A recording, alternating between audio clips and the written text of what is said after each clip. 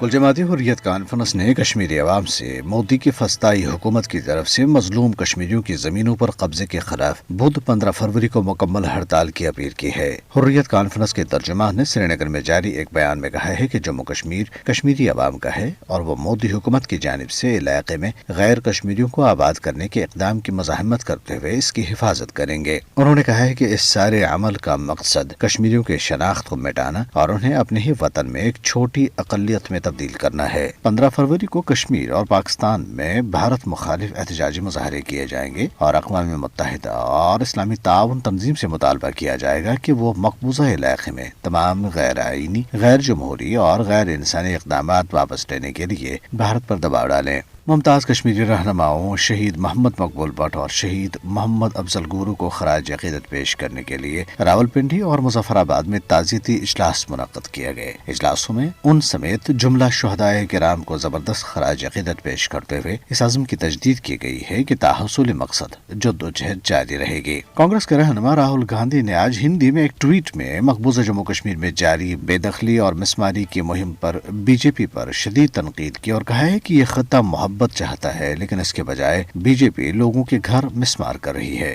انہوں نے افسوس کا اظہار کیا ہے کہ جس زمین کو کشمیر کے عوام نے کئی دہائیوں سے اپنی محنت سے سینچا ہے اب وہ ان سے چھینی جا رہی ہے۔ دریاس نے مقبوضہ جموں کشمیر کے باشندوں کو 2022 میں ایران اور روس سمیت کسی بھی دوسرے خطے کے مقابلے میں زیادہ انٹرنیٹ بندشوں اور پابندیوں کا سامنا کرنا پڑا ہے۔ لتھوینیا میں قائم ایک virtual private network company کی طرف سے جاری کردہ ایک نئی رپورٹ کے مطابق دنیا بھر میں مجموعی ویب پابندیوں کا 5واں حصہ صرف مقبوضہ جموں کشمیر میں لگائی گئی۔ وائس آف امریکہ کے مطابق 2022 میں انٹرنیٹ سینسرشپ یا وی پی این کمپنی کی عالمی رپورٹ جنوری کے وسط میں جاری کی گئی ہے، جس میں کہا گیا ہے کہ 32 ممالک میں مجموعی طور پر 112 مرتبہ پابندیاں عائد کی گئی۔ مقبوضہ جموں کشمیر میں 2019 سے جب سے بھارتی حکام نے خطے کی خصوصی حیثیت ختم کر دی ہے، باقاعدگی سے انٹرنیٹ کو محدود یا مکمل طور پر بند کیا جاتا رہا ہے۔ مقامی صحافیوں اور تجزیہ کاروں کا کہنا ہے کہ پابندیوں کا استعمال مقبوضہ علاقے میں تنقیدی رپورٹنگ کو روکنے کے لیے کیا جاتا ہے۔